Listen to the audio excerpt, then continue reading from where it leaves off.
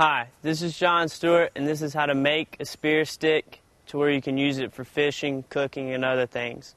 Okay, spear sticks are very easy to make. Just find a longer stick, and you're going to have a knife or a rock with a sharp edge to where you can take and whittle it down to a point. Okay, you want to get a real sharp point so that it can stick through stuff, fish, if you're trying to fish with it. Okay, like I said, it's got many uses.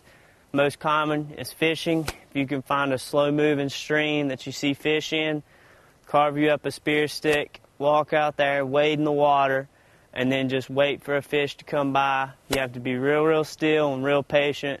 Wait for a fish to get close and jab at the fish, and hopefully you can spear the fish to where you can have some food.